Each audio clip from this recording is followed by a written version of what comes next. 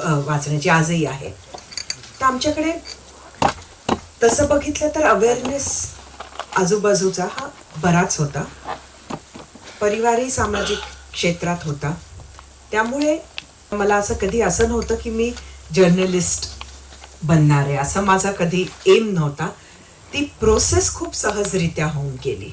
कर रखा रहता था, उतनी स्पेस छोड़ी रहती थी, हर चीज रेडी होती थी, सारे सब एडिटर्स रुके रहते थे कि मैं आऊं उतनी ही स्पेस में. यानी एक वर्ड भी अगर एक्स्ट्रा लिखा तो पेपर छपेगा नहीं, कम लिखा तो स्पेस रहेगी. तो बिल्कुल हमको मैच करके मुझे वो लिखना पड़ता था, लेकिन हम उसी दिन वो लिखने लगे. अब उस समय में जब ये काम खत्म होता था मेरा, तो 2 या 2:30 बजते थे. मेरा घर बहुत दूर था और तब मेरे पास 2 व्हीलर थी. और ये तो अब ऐसे में 2 चीज़ें आई कि क्या मेरे घर के लोग ये अलाउ करते थे, क्योंकि तब जो समय था, had just started into my career.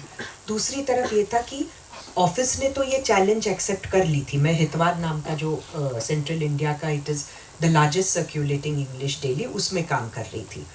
तो वहाँ पे हमारे जो एडिटर साहब थे, उन्होंने भी ये तय कर लिया कि ये करेगी.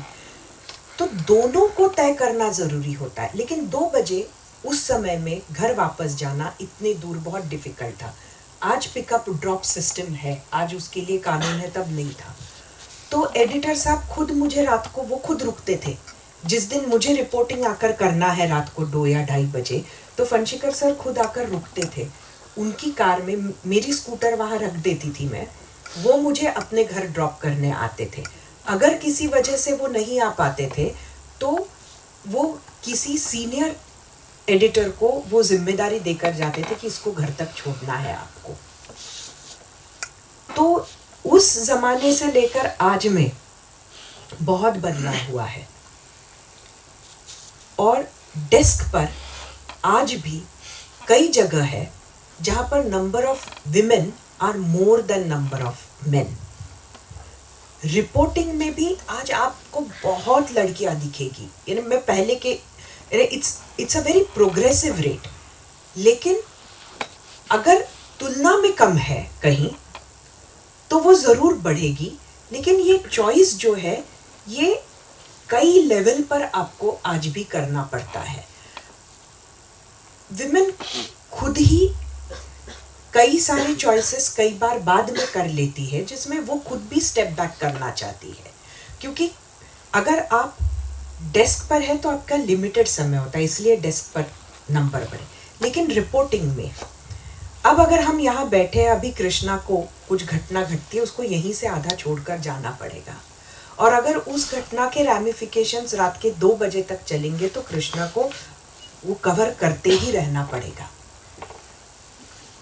अब ये पहले पर्सनल तैयारी होना भी ये करने के लिए ये बहुत ज़रूरी है कि मैं ये करूँगी. तो ये सिर्फ सोशल ओरिएंटेशन का सवाल नहीं है, अपने पर्सनल ओरिएंटेशन का भी हिस्सा है. लेकिन बिलीव मी, इम्प्रूवमेंट बहुत ज़्यादा है एंड पॉजिटिव के तरफ ही है.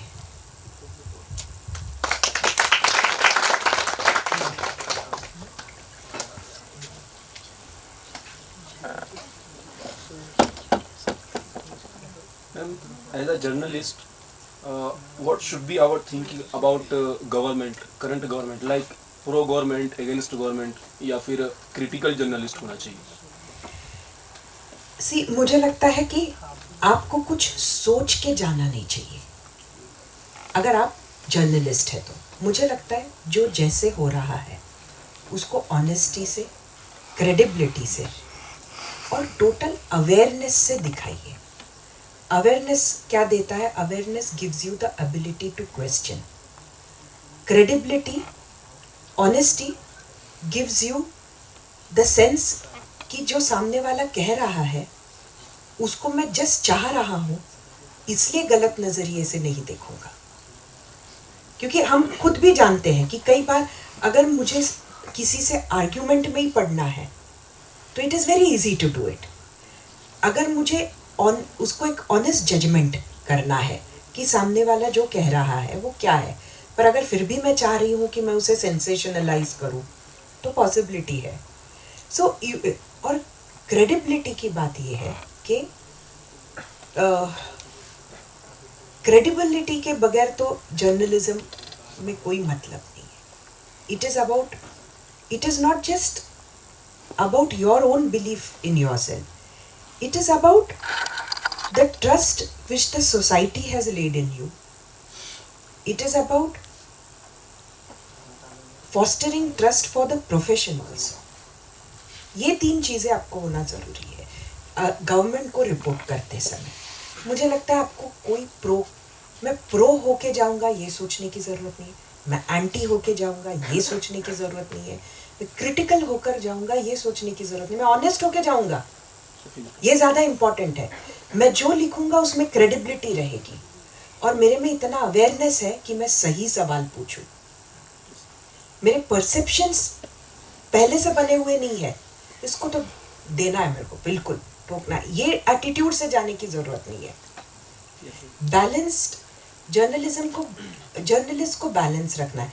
ये इसलिए भी डिफिकल्ट होता है कि देखिए all of us are voters, हम सब वोटर्स हैं और बहुत कम लोग होते हैं जो आज एक पार्टी को करते, कल दूसरी पार्टी को करते, परसों तीसरी पार्टी को करते. ऐसा बहुत कम लोग होते हैं. आम तौर पर हमारी साइड्स तय रहती है. Am I right? अब क्या है, पर आप जर्नलिस्ट भी हो, you are not just a voter, you are a journalist.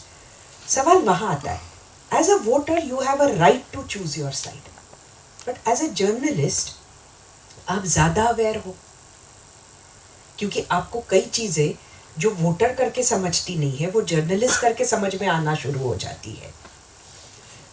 तो आपको कई बार ये सोचना पड़ता है कि जब मैं सामने जा रहा हूँ तो आप वोटर कैसे बनते हैं. आपके आजू बाजू के दोस्त, आपका परिवार, आपका मोहल्ला, आपकी स्कूलिंग, आपको जो थॉट्स की कंडीशनिंग हुई है, जिस समाज में हम लोग रहते हैं उसकी कंडीशनिंग और हमारे ऊपर आप बीती क्या है, उन सारे चीज़ों से हमारे परसेप्शंस बनते हैं. पर जब फिर भी हम रिपोर्टर करके जाते हैं या जर्नलिस्ट बन के जाते हैं तो हमको ये सारा दूर छोड़ना पड़ता है, क्योंकि इससे हमारा वोटिंग पैटर्न डिसाइड हो सकता है, हमारा जर्नलिज्म नहीं. थँक्यू. माझं नाव विनय, BA 3rd इयरचा विद्यार्थी. सकाळी तुम्ही म्हटले की संस्कृती याचं जपण्याचं काम, तिन्ही पिढ्यांना सोबत आणण्याचं काम माध्यमांनी केलं, जसं रामायण त्याचं एक्झाम्पल होतं. पण त्याच पार्श्वभूमीवर आजच्या डेटला आपण जर का बघितलं तर OTT प्लॅटफॉर्म, नवीन आलेले काही चित्रपट आहेत, यामध्ये दाखवलेले vulgar scene, sexual content, violence हे कुठेतरी परत संस्कृतीला कुठेतरी डिस्टर्ब करतं असं आपल्याला दिसून येतं. तर तेव्हाच्या माध्यमांनी ते जपलं, आताच्या माध्यमांनी ते डिस्ट्रीब्यूट करत चाललंय, याच्याबद्दल तुमचं काय मत? मला वाटतं आपण जितकं ग्लोबल जाऊ तितकं ही आपल्या समोरची एक चॅलेंज आहे. हे आपल्या इसेन्शियल कल्चरचा पब्लिक डिस्प्लेचा भाग नव्हता. म्हणजे आपल्याकडे आपण समाज म्हणून अशी भूमिका नक्कीच घेतो की काही गोष्टी या आपण पब्लिक लाईफमध्ये अनॲक्सेप्टेबल आहेत आपल्याकडे, आणि आपल्याला ती बाउंड्री मेंटेन करायला आवडते. आता प्रश्न हा आहे की जग तर ग्लोबल होत आहे, बदल खूप झपाट्यानं होत आहे, तुम्ही जे म्हणता तेही होत आहे, हे सगळं आहे, याचा परिणाम होणार.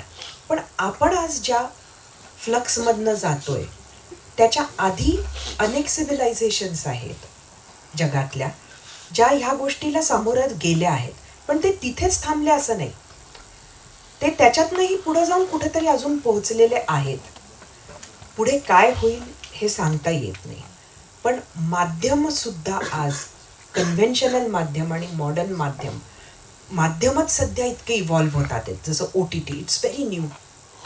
आज सध्या द एंटायर डिजिटल प्लॅटफॉर्म जो आहे हा इतका नवीन आहे. म्हणजे मी करिअर सुरू केलं त्यावेळेला मला डिजिटल जर्नलिझम नावाचा शब्दसुद्धा माहिती नव्हता, तो अस्तित्वातच नव्हता फ्रँकली. पण तो आज आहे. आणि म्हणजे मी काय आता अशी 70 वर्षाची जखड म्हातारी नाही आहे, तरी असं आहे की आज तो आहे. So we are in a very fast phase. हे याचा किती इम्पॅक्ट होईल, तो किती दिवस राहील, त्याला काय परिणाम होईल, हे सगळं आपल्याला आता येणारा काळ सांगेल. I really don't know. म्हणजे मला I don't want to hazard a guess. ह्याच्यावर मला ना खूप काही स्वतःचं आत्ता मत व्यक्त करायचं नाही आहे, कारण अजून मला वाटतं की आपलं कोणाचाच ह्यावर आता अभ्यासच नाही आहे. नमस्कार मॅडम, माझं नाव तुकाराम. तुमच्या अगोदर खूप काही मीडियाचे दिग्गज लोक आमच्याकडे येऊन गेलेत आणि त्यांच्या प्रत्येकांच्या बोलण्यात एक मुद्दा होता की न्यूजरूम पॉलिटिक्स. आता जेवढी आपण न्यूजरूम्स पाहतो त्याच्यामध्ये एडिटर इन चीफ किंवा त्याच्या खालचे आणखी सब एडिटर असो, एक्झिक्युटिव्ह एडिटर असो, त्याच्यावरती नावं जी आहेत त्रिवेदी, द्विवेदी, गोस्वामी, चौधरी, त्रिपाठी हीच दिसतात मॅम. आपल्याकडची नावं का नाही दिसत त्याच्यामध्ये? दलित त्याच्यामध्ये नाही दिसत किंवा दुसरे. हे खरंच आहे का? पण ते असंच एक सेट केलेलं आहे असं मला तुम्हाला नाही नाही नाही, मला वाटतं असं सेट केलेलं आहे. कारण खरं तर असं काही जर्नलिझमचा विचार करत असताना जातीच्या दृष्टिकोनातून मी पर्सनली कधी विचार केला नाही. पण मला माझ्या माहितीतली चांगल्या पदावर असणारी, उच्च पदावर असणारी, वृत्त समूहांची हेड्स असणारी, खास म्हणजे इतर समाजांचं तर नाही म्हणत, पण खास दलित समाजातली सुद्धा मला लोक माहिती आहेत. एक गोष्ट नक्की आहे की शिक्षणाचं एक्सपोजर जसं जसं मिळालं तसतसं त्या त्या समाजातली लोक पुढं येऊन जॉईन झाली. सुरुवातीच्या काळाला तुम्ही जे म्हणता ते अगदी बरोबर होतं. काही इम्बॅलन्स आहे का हा अभ्यासाचा विषय आहे. तो असणारच नाही असंही मी नाही म्हणणार. पण हे जे आहे, जे तुम्ही म्हटलं, हे अनेक वेळेला तुम्ही म्हटलं तसं डिस्कस होतं. पण ह्याला काही खूप सायंटिफिक बेस आहे असं मला वाटत नाही. म्हणजे हे अभ्यासातून काढलेला निष्कर्ष आहे का, तर मला नाही वाटत.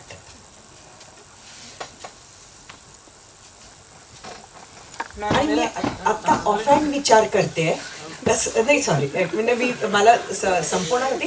मी आता ऑफहँड विचार करते, तर मी स्वतः पहा, सुरुवात इंडियन एक्सप्रेस न केली, मग हितवादमध्ये आली, मग टाइम्स ऑफ इंडियाला गेली, मग हिंदुस्तान टाइम्सला आले, आणि मग स्टार न्यूज होतं आणि त्याचंच ABP झालं. तर जर फारच जातीनिहाय विचार करायची वेळ आली तर मला वाटतं प्रत्येक न्यूजरूमचं कॉन्स्टिट्यूशन वेगळं वेगळं होतं, एकासारखं नव्हतं. म्हणजे जे इंडियन एक्सप्रेसमध्ये होतं तेच हितवादमध्ये होतं का, तर नाही. जे हितवादमध्ये होतं तेच टाइम्स ऑफ इंडियामध्ये होतं का, तर नाही. मला नाही वाटत की जेन्युइनली असं आहे. नमस्कार, मी गौरव.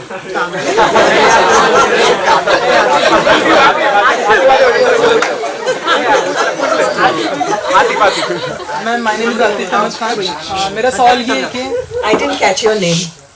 आतिफ अहमद खान. मैम, मेरा सवाल ये है कि आज हम जो भी चैनल लगाते हैं, आज तक हुआ, ABP न्यूज़ हुआ या फिर रिपब्लिक TV हुआ, हर चैनल पे सेम ही स्टोरी होती है और 4-5 लोग इस पर डिबेट कर रहे होते हैं. तो इसका कारण क्या है मैम? या तो न्यूज़ स्टोरी खत्म हो गई या जर्नलिज्म खत्म होकर एक एंटरटेनमेंट चैनल बन गया. अरे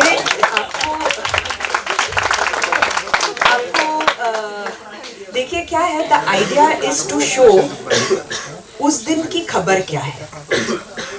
अगर सारे चैनल वही स्टोरी दिखा रहे हैं तो उसका मतलब ये है कि उस दिन की खबर वही. सिनेमा तो नहीं चल रहा है ना कि आज एक बार एक देखेंगे, दूसरी बार दूसरा देखेंगे, तीसरे बार तीसरा देखेंगे. जो खबर है वही दिखानी पड़ेगी. आपको भी सिखाया होगा कि आपको करेक्ट हेडर चूज करना है जब आप अखबार लगा रहे हो या आप टॉप 10 खबरें ले रहे हो, तो आपको टॉप 10 करेक्ट चूज करनी पड़ेगी. अगर आपने कोई भी जो तीसरे पन्ने की खबर आप पेज 1 पर नहीं लगा सकते हैं, और टेलीविजन के बारे में जिसके बारे में आपने कहा, आपको एक बात ध्यान में रखनी पड़ेगी कि हर घंटे का बुलेटिन ये फ्रेश एडिशन होता है अखबार का। अखबार का फ्रेश एडिशन आपको अगले दिन मिलता है, लेकिन टेलीविजन के लिए हर घंटे का बुलेटिन ये फ्रेश बुलेटिन होता है। तो अगर उस एक घंटे में अगर खबर बदली ही नहीं है तो आपको वही दिखानी पड़ेगी, क्योंकि उस घंटे की बड़ी खबर वही है। अब रहा सवाल, देखिए ये जो है ये बहुत ही सिंपल है, इसमें कुछ I am not tweaking the facts. दूसरा ये है कि रहा डिबेट, अलग अलग फॉर्मेट्स रहे हैं टेलीविजन के। पीपल आर ऑल्सो एक्सपेरिमेंटिंग कि कौन सा चल रहा है, कौन सा नहीं चल रहा है। अभी आपने जो नाम लिए ये सारे हिंदी चैनल्स हैं, वो ऑफेंड नहीं करते हैं। उस बेल्ट में लगातार minute to minute monitoring of what content people like, उसके फिगर्स आते हैं हर हफ्ते। उसके बेसिस पर हर चैनल की अपनी रिसर्च की टीम होती है। वो रिसर्च की टीम एडिटोरियल को अपडेट करती है कि क्या लोग कितना, यहाँ तक क्या आता है कि हर एक व्यूअर ने जब टीवी लगाया तो आपके यहाँ इस स्लॉट में अगर ये खबर चल रही थी तो उसका टाइम स्पेंड कितना था, ने रिमोट दबाकर आप दूसरे चैनल पर कब गए। तो इतना रैंडमली कोई भी अपने शोज के साथ खेलता नहीं है। मॅम नमस्कार, माझं नाव गौरव विजय साळी, मी BAIJ फर्स्ट इयरचा विद्यार्थी आहे. मॅम माझा प्रश्न असा आहे की आजच्या घडीला मोठाले वृत्तपत्र आणि वृत्तवाहिन्या ज्या आहेत ह्या सर्व उद्योगपतींच्या हस्ते गेलेल्या आहेत आणि यावर राजकारण्यांचाही वचक पाहायला मिळत आहे. यापूर्वी असं नव्हतं, यापूर्वी बोलण्याचे आणि लिहायचे स्वातंत्र्य होते, परंतु तशी परिस्थिती आज सध्या पाहायला मिळत नाही. यावर तुम्ही एक पत्रकार आणि कार्यकारी संपादक म्हणून कसं पाहता आणि तुम्हाला काय वाटतं ही परिस्थिती येत्या भविष्यात बदलेल का?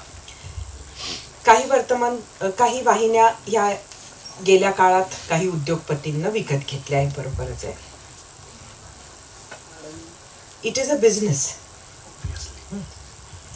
तर त्यामुळे ज्याला तो प्रॉफिटेबल वाटेल तो त्याच्यात येईल. ABP सारखा आनंद बाजार पत्रिका ग्रुप आहे, 100 वर्ष जुना आहे, काही संबंध नाही राजकीय ओनरशिपचा. असेही अनेक लोक आहेत. त्यामुळे परत जसं मी म्हटलं की हा फेअर मिक्स आहे. आणि हे की प्रश्न म्हणजे बाकीचा तुमचे जे प्रश्न आहेत ते मला वाटतं आपण वेगवेगळ्या पद्धतीनं आधी अड्रेस केले. प्रत्येकानं ते विचारून झालंय की प्रश्न विचारत नाही किंवा राजकीय नेत्यांच्या कुठल्या तरी एका पक्षाच्या बाजूनं वाटतात. मला वाटतं मी माझं जे मत आहे त्याच्यावर ते ऑलरेडी सांगितलेलं आहे. मॅम आणखी एक प्रश्न होता की मीडियामध्ये करिअरच्या संधी म्हणजे जॉब सिक्युरिटी बरोबर नसते आणि सरकारी क्षेत्रामध्ये मीडियासाठी जागा कमी असतात. फॉर एक्झाम्पल जिल्हा माहिती अधिकारी. तर विद्यार्थी आता सध्या मीडियाचे शिक्षण घेत आहेत, मीडियामध्ये करिअर करणार आहेत, तर विद्यार्थ्यांना एक जॉब सिक्युरिटी कशी मिळावी याबद्दल आपण काय सांगणार?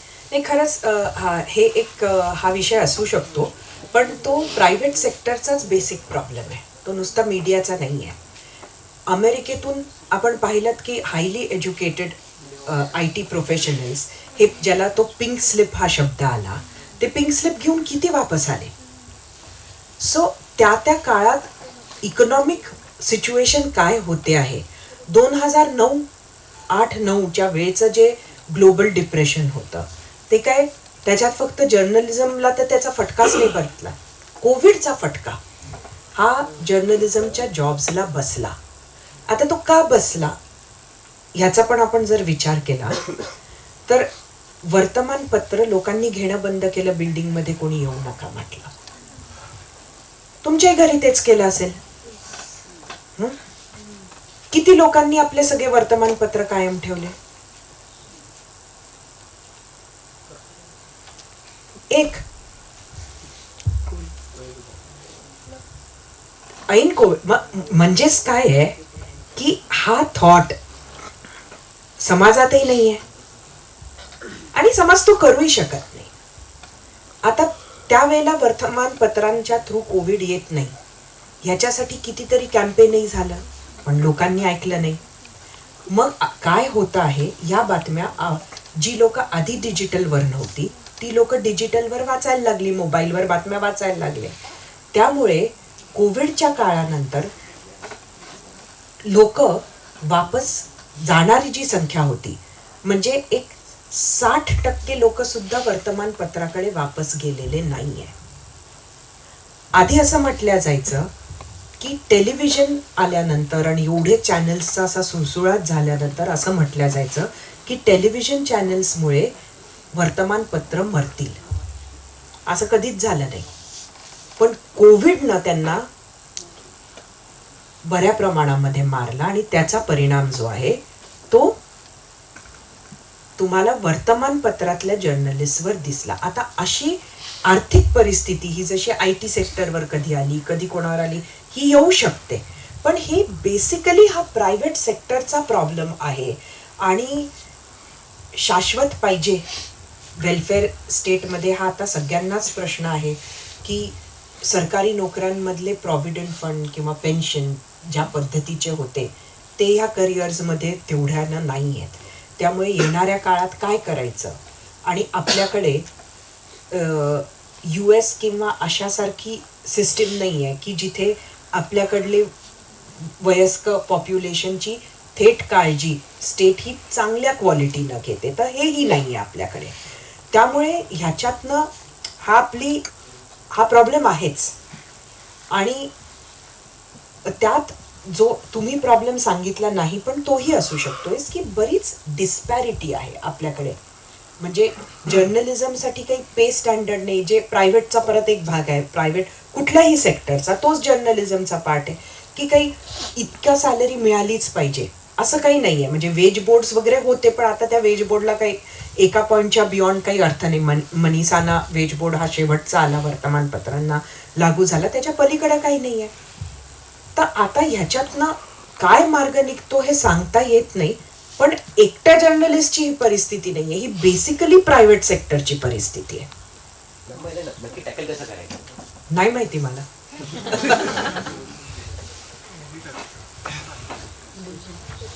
Hello ma'am, I am Kartikeya from broadcast media. Ma'am, आपने गढ़चिरौली और दंतेवाड़ा दोनों अलग अलग एरिया में आते हैं, दोनों अलग स्टेट में आते हैं. हम दोनों नक्सलाइट एरिया है, तो गवर्नमेंट का अप्रोच क्या है उसको लेकर, और क्या डिफरेंस लग रहा है आपको? महाराष्ट्र में बहुत अच्छा कंट्रोल हुआ है गढ़चिरौली में नक्सलिज्म. छत्तीसगढ़ गवर्नमेंट ने बहुत ताकत लगाई, बट फॉर सम रीजन उनके वहां पर जिस तरह से कंट्रोल होना चाहिए वो नहीं हो पाया. और वहां पर शायद बैकवर्डनेस ज़्यादा है, शायद लोगों को क्या है, सोशल सिचुएशंस, आपका टेरेन, आपके जंगल कैसे हैं, ये सारी चीज़ें बहुत मायने रखती है. आपके जंगल के अंदर बसने वाले गांव कैसे हैं, ये सारी चीज़ें बहुत इम्पोर्टेंट होती है वहाँ पे नक्सलिज्म जब पनपता है तो, क्योंकि इट्स अ ग्यूरिला वॉर. तो आपकी कंटिन्यूटी क्या है, आपको किस तरह के कॉरिडोर्स मिल रहे हैं, ये सारा बहुत इम्पोर्टेंट है. आपके वहाँ एम्प्लॉयमेंट की लेवल क्या है, तो ये कई सारी चीज़ें हैं. तो कुल मिलाकर गढ़चिरौली ये ज़्यादा सक्सेसफुल मॉडल है, जबकि फॉरेस्ट एडजॉइनिंग है एक तरफ से. मॅडम माझं नाही ABP माझं मध्ये म्हणजे कदाचित तुमच्या स्पर्धेमध्ये अनेक लोक असतील. एक कार्यकारी संपादक म्हणजे जसं राजू सरांना ABP न्यूज बघायचं आणि मग इकडे कोणीतरी संपादक होणार, तर जेव्हा तुम्हाला अपेक्षा होती का तुम्ही संपादक व्हाल याची, आणि दुसरं की जेव्हा तुम्हाला ही न्यूज समजली तेव्हा तुम्हाला काय वाटलं? काय आम्ही सगळ्यांनी असाच विचार केला होता, मला वाटतं कृष्णा पण इकडेच आहे, की राजीव सर आहेतच असं कधी काही होईल हीच कधी कोणी अपेक्षा केली नव्हती. आणि त्यामुळे संपादक बनण्याचं कधी असं स्वप्न ABP माझाचा तरी मी कधी पाहिलं नव्हतं. आता हे यंग स्टुडंट्सच्या समोर म्हणणं फार चूक आहे, पण मी काय खूप ॲम्बिशियस नाही आहे. जेव्हा मात्र हे घडलं त्याही वेळेला काही फार मी विचार केला नाही की काय होईल पुढे. पण ज्या वेळेला याच्याशी संबंधित हालचाली सुरू झाले त्यावेळेला मला ती होऊ शकते ही शक्यता वाटली. म्हणजे मला बऱ्यापैकी त्याचा कॉन्फिडन्स होता की होईल म्हणून. प्रक्रियेला बराच काळ मधला लागला सुरुवात होऊन व्हायला, पण मला तर तो विश्वास होता. पण तरी शेवटी झाल्याचं तुम्हाला कळल्यावरचा एक आनंद वेगळा असतो. मात्र त्याचबरोबर त्यासाठी मला नागपूरहून मुंबईला शिफ्ट व्हायचं होतं. तो खूप मोठा चेंज आहे. एका यंग एजमध्ये तुम्ही तिथं असं शिफ्ट होणं आणि आता माझ्या वयाला येऊन पहिल्यांदा अशा शहरामध्ये शिफ्ट होणं ह्याच्यात खूप मोठा फरक असतो. आणि आपलं एक पूर्ण आयुष्य एका शहरात गेलेलं असतं. म्हणजे तर तो सगळा एक बदल असतो. तर त्याही गोष्टी तुमच्या मनात येतात. पण all in all it was a great opportunity, त्यामुळे घेतली. मॅडम, माझा एक प्रश्न आहे की दोन्ही दृष्टिकोनातून, राजकीय दृष्टिकोनातून आणि सामाजिक दृष्टिकोनातून भारत जोडो यात्रेबद्दल तुमचं काय विश्लेषण? राजकीय दृष्ट्या मला वाटतं ती यात्रा परफेक्ट आहे.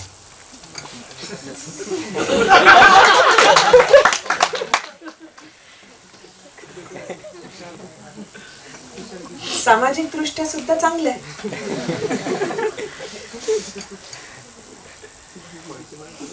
ह्याच्याहून जास्त काही अपेक्षा आहे?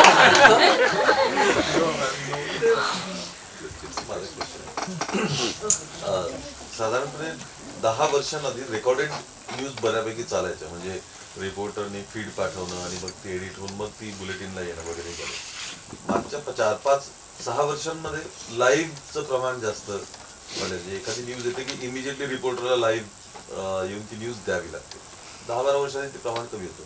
तर हा जो चेंज आहे, ह्या चेंजमध्ये मग ह्या स्टुडंट्सनी ॲडॅप्ट होण्यासाठी कुठल्या स्किल सेटला जास्त डेव्हलप करणं जरुरी आहे? एक गोष्ट मी तुम्हाला स्टुडंट्स म्हणून आणि तुम्ही भारत जोडो कव्हर केलं म्हणून ह्या प्रश्नाचं उत्तर द्यायच्या आधी सांगेन की बा आपल्या देशामध्ये भारत जोडो सोडा, जेव्हा पण कोणी एखादी यात्रा काढली आहे, पदयात्रा काढली आहे, चालले आहेत, त्याचा फायदा नक्की झालेला आहे.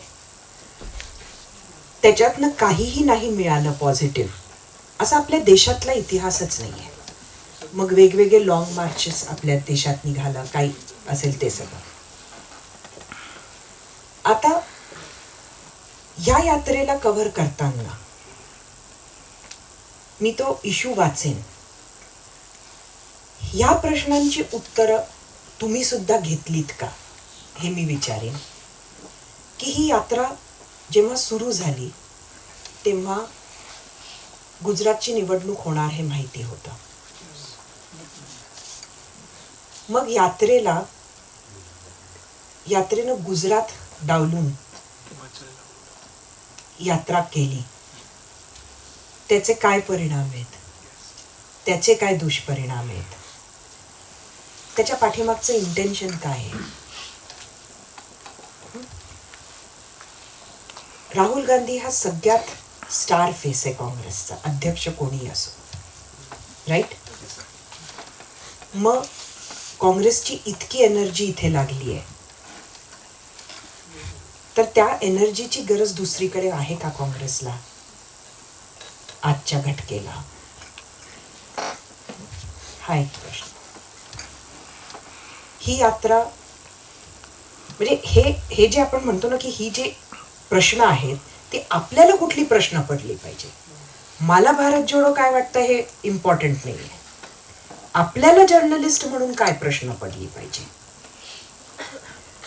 मग तिकडे गेल्यानंतर आपण तिकडनं जेव्हा येतो, मी का म्हटलं की राजकीय दृष्ट्या ती परफेक्ट आहे, त्याचं कारण हे आहे की राजकीय दृष्ट्या काँग्रेसला आज सगळ्यात मोठं अपोजिशन कुठलं आहे तर भाजप आहे. काँग्रेसला स्वतःचं सर्व्हायव्हल जर करायचं असेल तर एकट्या काँग्रेसमध्ये आजच्या घडीला भाजपला फेस करण्याची ताकद नाही आहे. त्यांना आजूबाजूच्या पक्षांची मोठ बांधूनच स्वतःला पुढं जावं लागणार आहे. ती स्ट्रॅटेजी भारत जोडोमध्ये परफेक्टली होते. तर राजकीय दृष्ट्या, कारण आपण त्याला भारत जोडो म्हटलं तरी अजेंडा क्लिअर आहे की अँटी गव्हर्नमेंट आहे, अँटी मोदी आहे. प्रत्येक भाषण प्रत्येक पावलावर आपल्याला त्याची क्लॅरिटी आहे.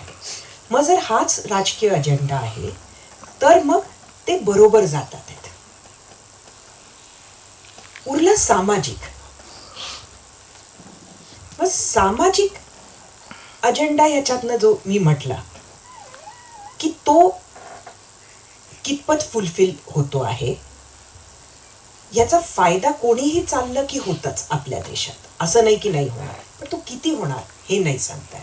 आणि राजकीय फायदाच जर आपण घ्यायला निघालोय तर जी प्रश्न मी म्हटली ती सुद्धा महत्वाची आहेत. ओके, आता तुमच्या प्रश्नाचं उत्तर. तर लाईव्ह हा आता फॉर्मॅट आहे, कारण बातमी आधी कसं व्हायचं की कंटेंट पूर्ण तुमच्याकडे येईपर्यंत अनेक बातम्यांसाठी आपण थांबायचो आणि मग त्याबरोबर व्हिज्युअल्स येतात, त्याबरोबर इतर एलिमेंट्स येतात आणि मग ते एलिमेंट्स घेऊन आपण बातमी उतरवतो. पण आता काय होतं, तेवढं वेटिंगचा टाईम नाही. तुम्ही हे उतरवलं तर दुसरं कोणीतरी उतरवेल. आणि त्याचबरोबर इतक्या घडामोडी दिवसभर होत असतात की ती बातमी येऊन थांबून ती त्यावेळेपर्यंत तितकीच मोठी राहील जितकी आजच्या क्षणाला आहे असं वाटत नसतं. आणि प्रॉब्लेम काय होतो की ज्या मिनिटाला तुम्हाला बातमी कळते आणि तुम्ही व्हेरीफाय करता त्या मिनिटाला तुमच्याकडे टेलिव्हिजनवर जाण्यासाठी जितके एलिमेंट्स पाहिजे ते सगळे एलिमेंट्स व्हिज्युअली अवेलेबल नसतात त्यावेळेला. आणि म्हणून आपल्याला लाईव्हची जास्त गरज पडते. त्यामुळे त्या लाईव्हसाठी तत्पर राहणे हीच आणि त्याची तयारी ठेवणे, आणि त्यामुळे नुसती बातमी हातात पडल्यावर बसून राहणं हे गरजेचं नाही आहे. सगळ्यात मोठी स्किल आजच्या घडीला ही आहे की रिपोर्टरला ती बातमी पहिली मिळणे, मिळाल्यावर बातमी प्रॉपरली व्हेरीफाय होणे, आणि तिसरं म्हणजे की तुमचे कॉन्टॅक्ट्स व्यवस्थित असणे, जेणेकरून तुम्ही त्याच्याशी रिलेटेड सगळ्या बाजूंशी बोलून मग लाईव्हला उभं राहाल. त्यासाठी लोकांनी तुमचे फोन उचलले पाहिजे, त्यासाठी तुम्हाला तेवढा अवेअरनेस पाहिजे की त्याच्याशी रिलेटेड ती बातमी, नाही तर तुम्ही फेस व्हॅल्यूवर घ्याल. त्या बातमीबद्दल तुम्ही करेक्ट प्रश्नच नाही विचारू शकलात तर तुम्हाला त्याच्याबद्दलची माहिती देता येत नाही. आणि जर तुम्हाला माहिती देता आली नाही तर अँकर जे बोलतोय तेच तुम्ही परत नव्यानं सांगता तुमच्या लाईव्हमध्ये. तसं व्हायला नको. जे अँकर सांगताय टी व्हीवर आणि तुम्हाला प्रश्न विचारलाय तर जे त्या अँकरनं सांगितलं नाही आहे ती बातमी तुम्हाला तुमच्या लाईव्हमधनं देता आली पाहिजे. तर ह्याच्यासाठी बऱ्याच गोष्टी लागतात. ते सगळे स्किल सेट्स तुमच्याकडे पाहिजे. मैम, मेरा नाम फारूक शेख है और मेरा सवाल ये था कि हम सबको पता है कि जर्नलिज्म या मीडिया चौथा स्तंभ है, तो कभी आपको ऐसा महसूस हुआ है कि राजनीति ने इस चौथे स्तंभ का कमर तोड़ के अब इसके ऊपर राज कर रही है या फिर इनडायरेक्टली इसके ऊपर कंट्रोल कर रही है? देखिए, वही सवाल शायद बार बार आ रहा है. ये मुझे लगता है कि ऐसा अगर होता तो आप क्यों आते इस प्रोफेशन में? हम have more confidence in the profession that you are studying for. बहुत सीरियसली कह रही हूं मैं. ऐसा कहीं नहीं होता है, ऐसा भी मैं नहीं कह रही हूँ. जो मैंने लगातार आप लोगों से कहा कि it is a reflection of the society. देखिए क्या है, जो मैंने पहले कहा कि this is one class but everyone is an individual. अब हम जैसे ये स्वीपिंग स्टेटमेंट नहीं कर सकते कि सारे डॉक्टर चोर हैं. कोविड के समय में जब कुछ किस्से हुए तो आप ये नहीं कह सकते हो कि सारे डॉक्टर चोर हैं. कुछ डॉक्टर्स या कई सारे ऐसे होंगे जो इतने सेल्फलेसली काम करते हैं कि इट इज अनमैचेबल. बट उसका मतलब ऐसा नहीं है कि चोर नहीं है. So same applies to every profession, क्योंकि आपका समाज एक नहीं है. आपके जर्नलिस्ट कोई आसमान से तो टपकते नहीं है, समाज में से ही आ रहे हैं. तो आपके समाज में जिस जिस तरह के लोग हैं, जो जिस जिस तरह के दबाव के हावी जाएंगे, उसका भी कुछ प्रपोर्शन आपको दिखेगा, जो हर प्रोफेशन में दिखता है. अच्छे डॉक्टर, बुरे डॉक्टर, करप्ट इंजीनियर्स, क्यों पुल गिरते हैं, क्यों ब्रिजेस गिरते हैं, क्यों रास्ते 2 दिन में उखड़ जाते हैं. पर हर रास्ता, हर पुल, हर ब्रिज ऐसा होता है क्या?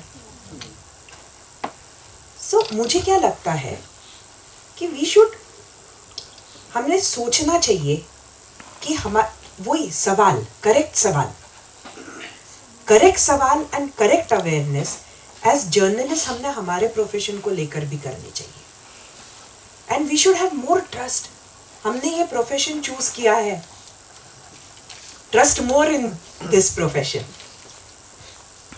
But ma'am, isn't it like after 2014 only ये बात मीडिया के बारे में बहुत ज्यादा बोली जा रही है? देखिए, नैरेटिव सेट करना तो सोशल मीडिया जैसे जैसे बढ़ा है, वैसे वैसे नैरेटिव्स सेट करना आसान हो रहा है. सो नैरेटिव्स और रियलिटी के बीच का जो अंतर है वो जर्नलिस्ट जानता है. सो मुझे लगता है कि हमें सबको वो जानने की कोशिश करनी चाहिए. मॅम, माझं नाव तुषार तळीखेडकर आहे. मी BA सेकंड इयरचा स्टुडंट आहे MCJचा. माझा प्रश्न असा होता की सध्या राज्यामध्ये बघा किंवा ABP माझामध्ये बघा, सगळे जे प्रमुख पद आहे ते नागपूरकडेच जाऊ लागलेले.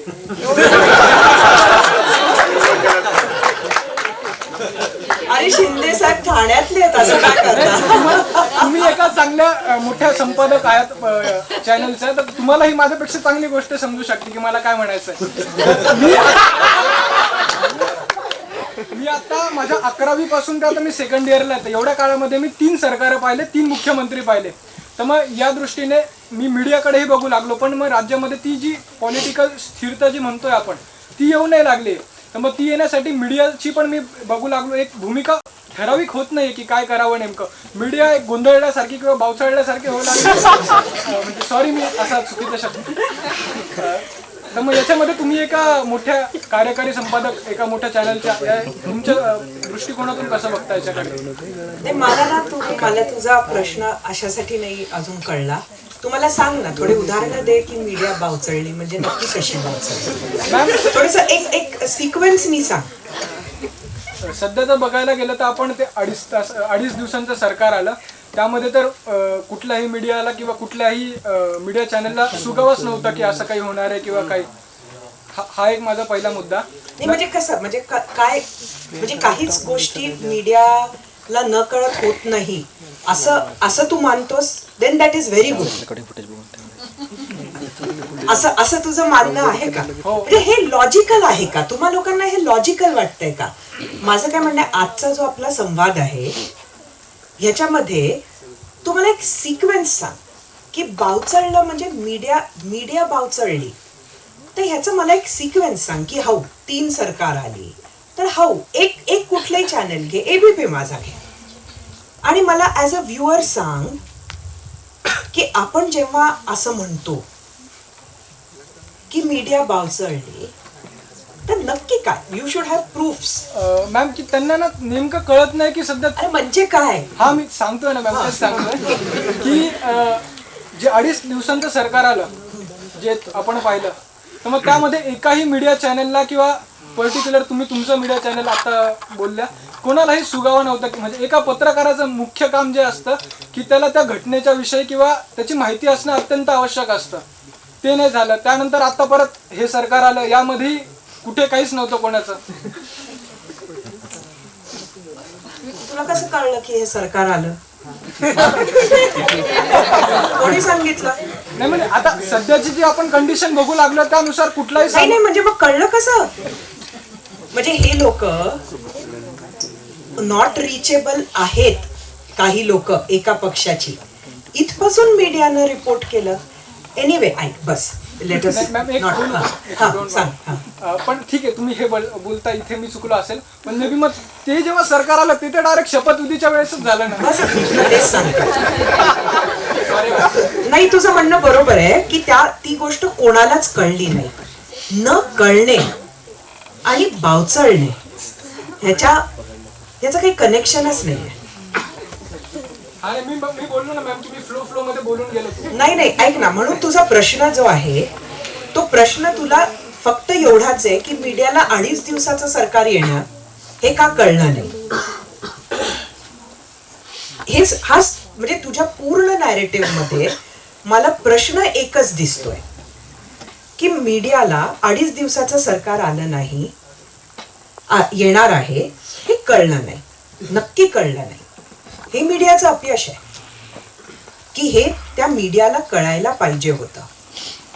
आता ते कळणं किती सोपं आहे किंवा कठीण आहे हे तुम्ही फील्डमध्ये याल तेव्हा तुम्हाला कळेलच. पण कळलं असतं तर काही हरकत नव्हती. दुसरी गोष्ट अशी आहे की अनेक गोष्टी ज्या होतात किंवा नाही होत ह्याच्या बातम्या मीडियाला कळल्या जरी तरी स्पेक्युलेशनवर आपण अनेक बातम्या उतरवत असतो आणि त्यानंतर खोट्या पण ठरतात, काही खऱ्या पण ठरतात. करेक्ट? असं होतं. पण काही बातम्या अशा असतात की ज्याच्यामध्ये स्पेक्युलेशन करणं सुद्धा हे खूप डिफिकल्ट असतं.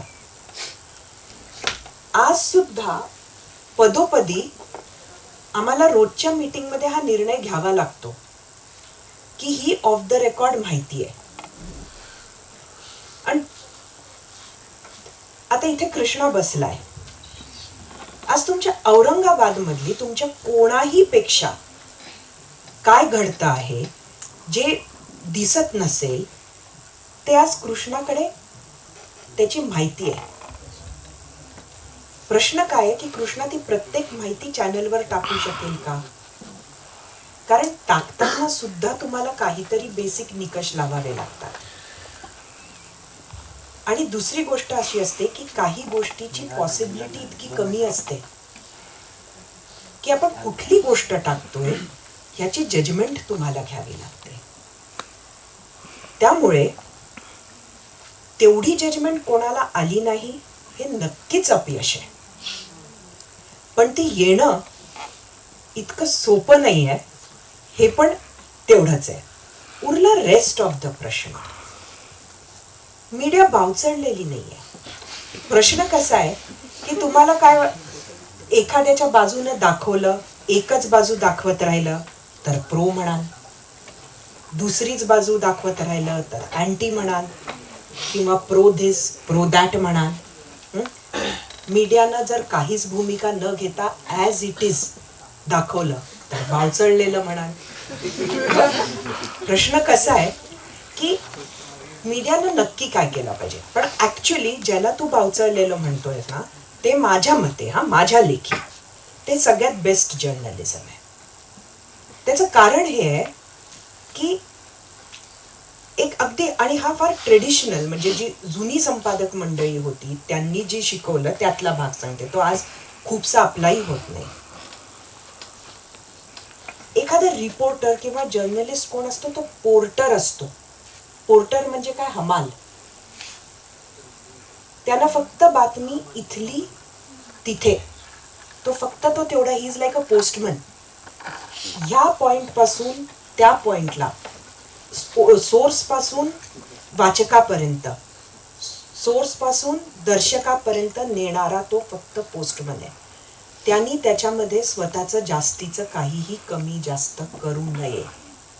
त्यामुळे जेव्हा मल्टिपल लेवल्सवर काही गोष्टी घडलेल्या असतात तेव्हा मीडियानं त्या मल्टिपल लेवल्सवरच दाखवल्या पाहिजे, तरच खऱ्या अर्थानं मीडिया जर्नलिझम करते. थँक्यू. मॅम माझं नाव अभिमान चव्हाण आहे. माझा प्रश्न असा आहे की मॅम मीडियामध्ये कॅमेरामॅनसाठी सगळ्यात चॅलेंजिंग गोष्ट काय असते? जेव्हा ॲक्शन होत असते ना तेव्हा न्यूज सेन्सनं ॲक्शन कॅप्चर करणे. म्हणजे कसं होतं की आता कधी तरी की समजा त्यांनी मला काहीतरी प्रश्न विचारला, मी उत्तर देत असताना समजा तुम्ही त्याच्यावरच कॅमेरा ठेवला किंवा माझ्यावर कॅमेरा ठेवला आणि तिथे ती सगळी मुलं हसली, ती प्रतिक्रिया येणे अत्यंत गरजेची आहे. कॅमेरामध्ये ती मिस होऊन जाते. लोक काय करतात, मोठा नेता आहे समजा कोणी, त्याच्यावरच फोकस ठेवतात. कधी कधी रिॲक्शन्स इम्पॉर्टंट असतात. त्याच्यासाठी तुम्हाला न्यूज सेन्स लागतो की आपण कुठल्या वेळेला कॅमेरा कुठनं कुठं पॅन केला पाहिजे. तो जे कॅमेरामनला ना तो जे शूट करत असतो त्याच्यात इतकं, जसं कधी कधी लोकांचे डोळे पाणवतात. हा तर खूप प्रचंड प्रॉब्लेम होतो कधी कधी की त्यावेळेला रिपोर्टर बोलत असतो एखाद्या व्यक्तीशी, तो भावनिक होऊन जातो. अशा वेळेला जर कॅमेरामननं त्या सब्जेक्टच्या डोळ्यापर्यंत व्यवस्थित कॅमेरा नेला नाही तर त्याची जी भावना आहे ती लोकांपर्यंत पोचत नाही, पण ती मिस होऊन जाते. मग 3 वेळेला त्या रिपोर्टरला म्हणावं लागतं तुमचे डोळे पाणावले हो. अरे कारण तो क्यू असतो की अरे कॅमेरामन तू क्लोज नाही करत आहे, कर क्लोज कर, राईट. हा अरे तुम्ही एवढे भावनिक झाला. ते का भावनिक झालं का म्हणतात की बा तुला कळत नाहीये त्यांच्या चेहऱ्याजवळ ने तो कॅमेरा. तर हे जे आहे हे असं न्यूजचं भान ठेवलं पाहिजे की आपण काय दाखवण्याचा प्रयत्न करतोय. तर त्याला रिलेटेड जे साईड एलिमेंट्स असतात ना ते कॅप्चर झाले पाहिजे. आपण नाही तर काय होतं की हा मेन ऑब्जेक्ट आहे, त्याच्यातच कॅमेरा एंगेज होऊन जातो आणि तो कलर मिस होतो किंवा ते एलिमेंट्स मिस होतात आणि त्या संवेदना मिस होतात. वर्ल्ड प्रेस फ्रीडम इंडेक्स में जो भारतीय मीडिया की साख गिर रही है तो उसके बारे में आपका एक पर्सनल मत चाहिए कि आपका क्या ओपिनियन है. सेकंड चीज़ ये कि जैसे पुण्य प्रसन्न वाजपेयी की तरह जो उनके एपिसोड के बीच में सैटेलाइट के थ्रू जो हुआ था, तो आपके शो के बीच में या फिर आपके जो अभी करंट सिचुएशन है उसमें कभी इस तरह का एक्सपीरियंस आया है? मुझे कभी नहीं आया. आपको नहीं आया? मुझे कभी नहीं आया. और मैं आपको ये भी बात बता रही हूँ कि देखिए मैंने एक बहुत ही वोलाटाइल पॉलिटिकल शहर और पॉलिटिकल एलिमेंट से रिपोर्ट किया है. मैंने बहुत सिर्फ नागपुर सीमित नहीं तो महाराष्ट्र और देश के स्टोरीज भी पॉलिटिकल दी है, लगातार देते आ रही है, उसको भी बहुत समय हुआ. पॉलिटिकली आइडियोलॉजिकली हॉटबेड रहने वाले विदर्भ की मैं एडिटर रही हूँ, यहाँ पे तो अभी आई हूँ. आज तक मुझे कभी भी आपकी आइडियोलॉजी बदलो या आपकी स्टोरी बदलो ऐसा इतना सा भी दबाव नहीं आया है कभी भी कहीं से भी. इसलिए जब और अगर आपको मैंने अगर वैरायटी ऑफ स्टोरीज कभी बताई तो मुझे नहीं लगता है हम रोज चैनल पे बैठ के हैशटैग्स लगाकर इस देश के कई सारे नेताओं को सब तरफ से हर तरह की गाली गलौज होती है इस देश में. कितने लोग अंदर जा रहे हैं. हमें ये थोड़ा सोचना चाहिए क्योंकि हम तो रह रहे हैं. सो रियली जो प्रेस के साथ होगा वही लोगों के साथ होगा. जा नहीं रहे ऐसा नहीं है. अब हमारे ही चैनल में आपको पता है राहुल कुलकर्णी को महाराष्ट्र गवर्नमेंट ने, महाविकास आघाड़ी ने जब सरकार थी तब राहुल कुलकर्णी को बाद में कोर्ट ने उनको रिहा कर दिया और सरकार ने भी गलती मानी कोर्ट में, ऐसा नहीं हुआ कि नहीं मानी. अब ऐसी घटनाएं घटती है लेकिन ये आम तौर पर हो रहा है. Again you know we should realize that you cannot treat exceptions as a rule. हमें सारों को ये समझना चाहिए, यहाँ पर जो भी चीज़ें हमने कही उस हर चीज़ का, या जो सवाल आपके थे उस हर चीज़ के 10 उदाहरण शायद आप दे सकेंगे जो बात आप कह रहे हैं वो बोलने के लिए, लेकिन ये तब रूल बनेगा जब ये 50%, मैं तो बोल रही हूँ कि 20, 25, 30, 40% के साथ ऐसा हो रहा हो, 50 तक रुकिए भी नहीं, ऐसा हो रहा है क्या, ये मुझे लगता है वी शुड एग्जामिन.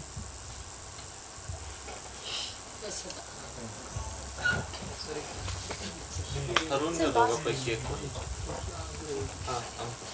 शेवटचा ma'am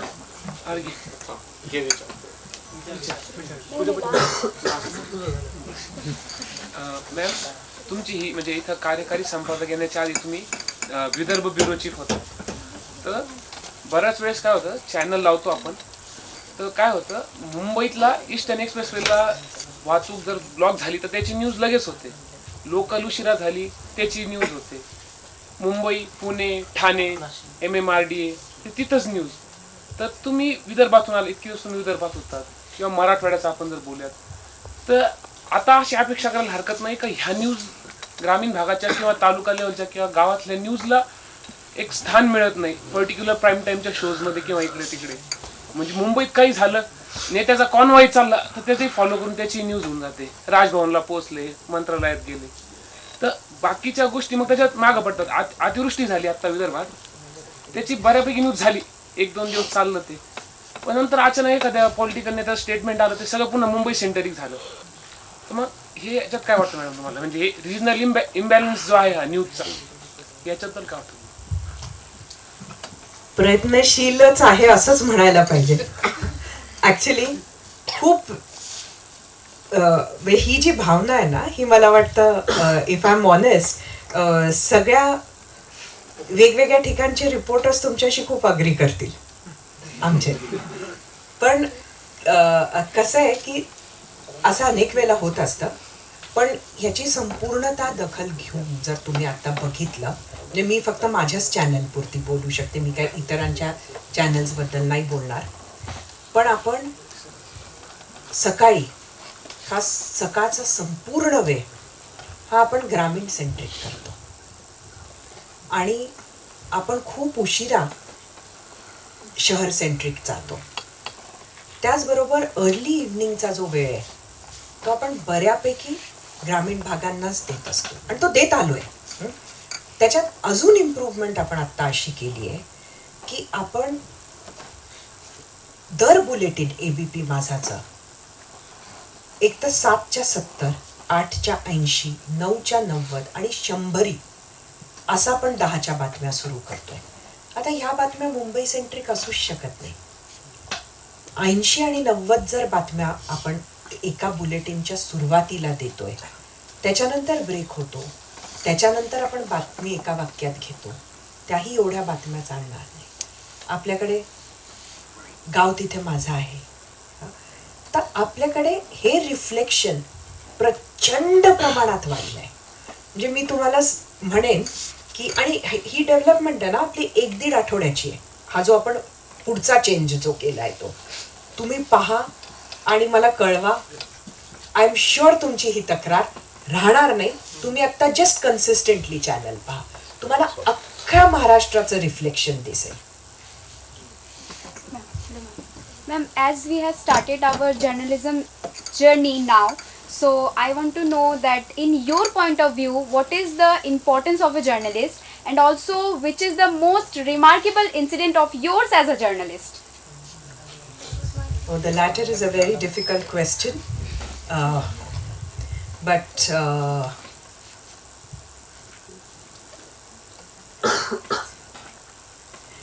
what's most important as a journalist? I think most important as a journalist is to be able to, like I said, be credible, be honest, and make some difference to the society. As far as I am concerned, for me, it's exactly this which has held me in good stead. I may have had major scoops politically. I may have covered a lot politically. But for me, as far as I am concerned at an individual level, the stories which matter to me are the stories where, say I covered a beggar woman on the street. Her condition was very different from other beggar women. I will not get into the story now. But she actually managed to find a home. And when they brought her in, she was paralytic, waist down. And she was dragging herself in the Nagpur heat on a tar road every day. So her entire body had become bloodied. They did the story. Next day she found a home. And they found out that she was 6 or 7 months pregnant at that time. So someone had even raped her in that condition on the road. She could not speak. She was unable to move. Now, at least her child was born in safe environment. And her child was born physically fit. That is very important for me. There was this girl called Vaishali Wankhede, who was a rickshaw puller's daughter. She got very good marks, but she lacked the necessary money to get into medical education. When we did this story for Hindustan Times, she got so much of help that she could even do her post-graduation. That is more important for me. So, these are the stories which matter, and probably these are the ones I'll remember. थांबूया इथं madam तुमचे खूप sir आपने Krishna sir को तो बता दिया, Krishna sir की जगह पे भी लगेंगे ना. आणखी एक दुसरा कॅन्डिडेट आहे मोहसिन इथं वेबला जॉईन झालेलं आहे. त्यामुळे खूप खूप शुभेच्छा सगळ्यांना. मॅडम तुमचे खूप खूप आभार. तुम्ही असंच सातत्याने येत राहील. थँक्यू. तुमच्या सगळ्यांचे खूप खूप धन्यवाद. मला दोन्हीही सेशन्समध्ये खूप मजा आली. आणि एक गोष्ट मला नमूद करायची आहे की इथं प्रत्येकाने जी प्रश्न विचारलीत ना, एवढी प्रश्नच नसतात हो विद्यार्थ्यांकडे. मी अनेक ठिकाणी जाते तर so I am very very happy की तुमच्याकडे एवढी प्रश्न होती विचारायला. And once again I wish you the best for a great future आहे.